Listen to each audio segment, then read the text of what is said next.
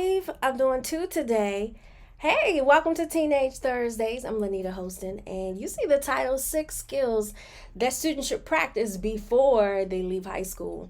And we're going to dissect 6 of them. I promised you 10, but I scaled back because I said 10 is too much. Let's keep it simple and let's do 6. We'll come back and do another series, but these 6 are good. These 6 are good. So listen, I recently read an article by the New York Times that said the pandemic has shown us, hey IG, the pandemic has shown us the importance of upskilling. And when our labor force does not have skills, how that disadvantage our workers.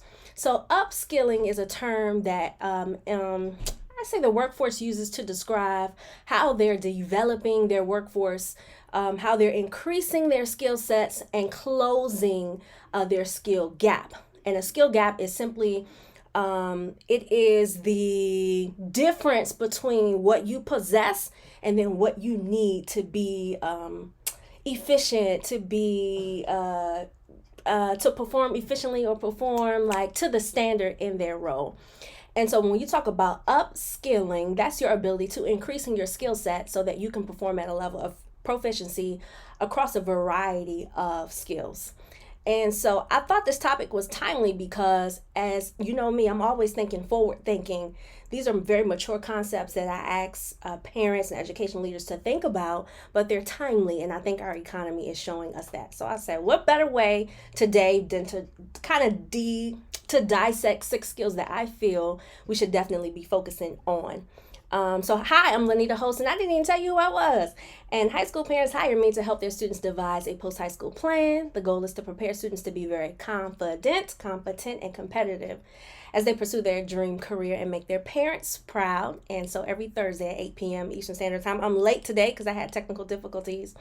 I bring very practical tools and I give them to you to take back to the neonatal intensive care unit, which is what I call home, so that you can continue to develop and nurture your young person.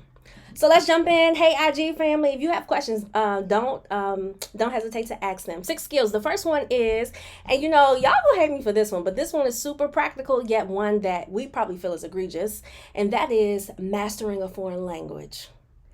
Hear ye. Do you understand that only 20% of the world can speak multilingual? Let me rephrase that. I didn't say that correctly. Only 20% of those in the U.S. can speak more than one language. There's value in being able to, let me rephrase that because I always have to find a way to make it relevant to the student. You have a competitive edge when you are bilingual. That is one easy way in a basket full of 10 people. I choose you. I choose the one who is bilingual, particularly if they could speak the language of the population that I'm attempting to target. And so I think we undervalue mastering a second language in high school, but we see the value as we age. So if you can convince your young person, hey, go ahead and get that foreign language, you already got the upper hand. So that's number 6. I'm going to count down. Okay, so number 5. Number 5 is your ability to develop written communication. And I say that this is a skill that I feel is also overlooked because short form content is winning right now. So you can, in short form content, get your point across, send a text message, get instructions, but short form content does not do you well when needing legal documents, when needing to describe a little bit more deep of detail regarding what you're requesting. In professional settings, short-term content does not give the reader context in what you're attempting to communicate. And so there's value in being able to communicate, I'd say comprehensively, and not just short-term. And so ways that you can practice this is, and you probably think I'm crazy, but I'm going to say this, you can have your student write you emails. Again, I'm always going to challenge you to do things that you're probably likely not thinking of. And if I'm doing that, that means I'm doing my job.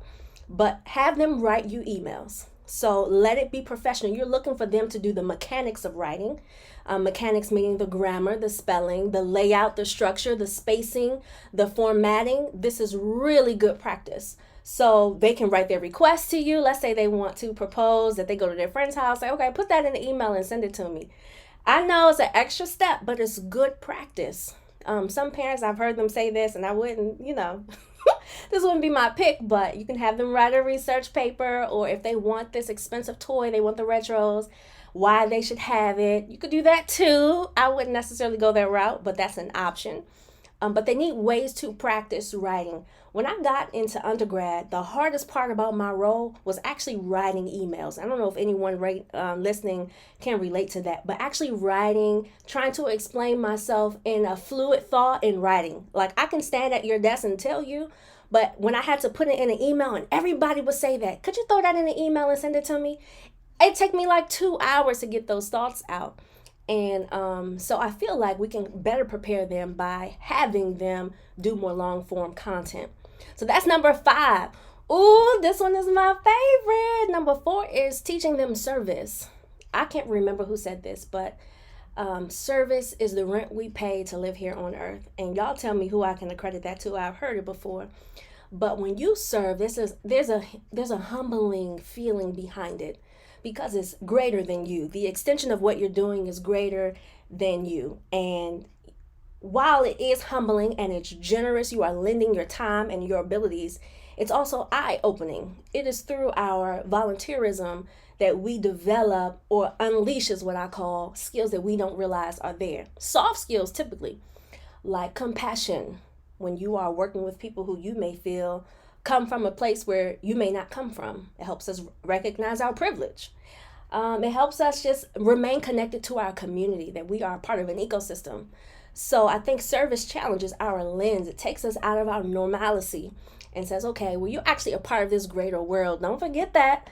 And what's your contribution to it? So service, I believe, is a skill. I've never seen it clatter. I've never seen it categorized as such, but I'm going to put it in the skill category.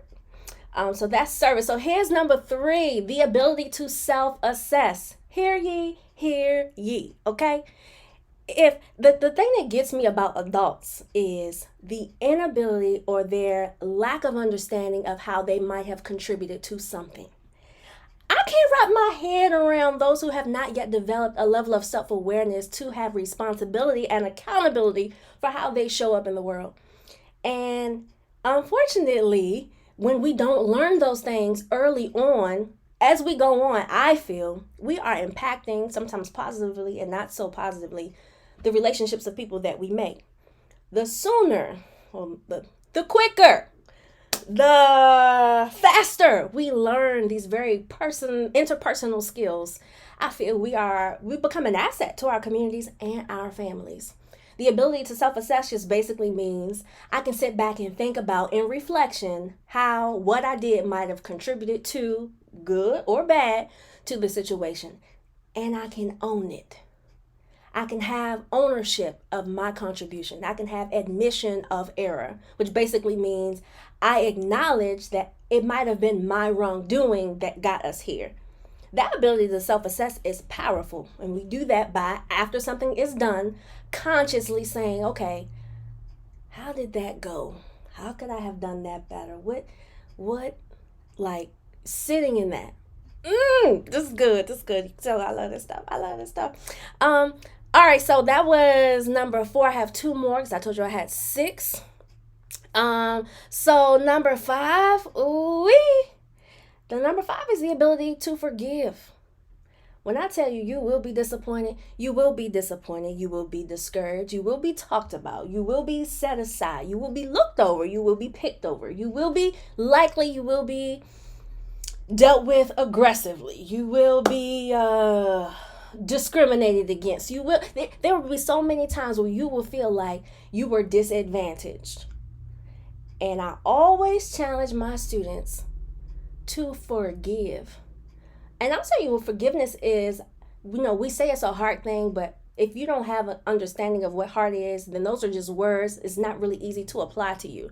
Forgiveness looks like when you see someone who may have done you wrong, you have no emotional arousement when you see them. You have no change in emotional state when you see them.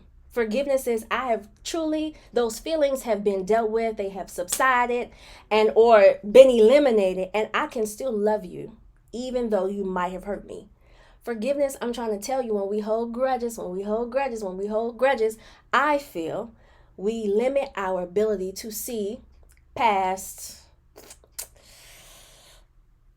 uncomfortable, disappointing situations. I feel like it limits our ability to say, okay, that might not have gone the way I would have liked, but that's okay. And to let it go. We're not harboring a disappointment and discouragement. We're not doing that. At least not the students I coach. I don't want them doing that. There's no value in holding on to those things. Release and let it go. So that's number 5, the ability to forgive. That comes with practice now. That's not an easy skill to have. It's not an easy skill to have. And then here's the number 1 ability that I feel students should have, and that's the ability to work in a team. And I do a lot of research about 2-4-year graduates, how they are transitioning into the workplace, what common employers are observing about their skill sets and their abilities, and the ability to work in teams, the ability to analyze critical and ambiguous data, the ability to critical think, and the ability to communicate are the top common skills that employers feel our students are lacking. And there is no formal education that can teach you that. Those skill sets come with practice. They come with being in environments where you almost have to work in a team, where you have to think, or you have to plan, and you have to be creative. And so I believe the skill of working in a team, something easy that can be done. We see it often with students who are athletes. I feel like our athletes have the greatest concept of team building, but I wasn't an athlete. So there are going to be some students who are not athletes. So how else can we teach them the skill of teamwork? And that is when I think of that as a skill, I just think of working collaboratively, working through disagreements, working through conflict, and being harmonious even when you don't agree. So those are my 6 skills. I'm gonna read them back to you. The first one was a foreign language, written communication, service, the ability to self-assess, the ability to I missed one, to forgive, and then teamwork. And can I throw one more in there? This wasn't on my list, but I do want to share this. I think that our kids need to learn or have the skill to apologize. And this is different from forgiveness because apology takes there's an outward action that's that we have to do. There's like an extra step. It's another level of accountability to forgiveness. Again, another skill that I haven't seen on a list. My goal is not to look for lists and bring them to you. My goal is to really think through the things that are barriers to our kids being greater than we could ever think and or imagine.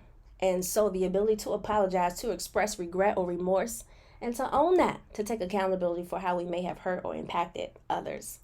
Again, these are all skills, mom, dad, auntie, mentee, god mommy, god sister, cousin, kazo, that you all can model and you can teach from home. Most of these skills cannot be taught from a book or a course. These are life skills that we help to strengthen our students' abilities to show up more powerfully, more confidently, more capable, more conscious, and they start at home. So that's it. That's all I got for you today. Those are our 6 skills. Let me know what you think. Hey, Tab. Oh, yes, it's Muhammad Ali who said that service is the rent you pay here on earth. Thank you. That is a good one. Thank you for catching tonight's live, and thank you to those who are watching on IG. I want to say thank you again for joining me for this edition of Teenage Thursdays. I will see you again next Thursday, Eastern Standard Time. We're going to be right here at 8 p.m., and I'll see you then.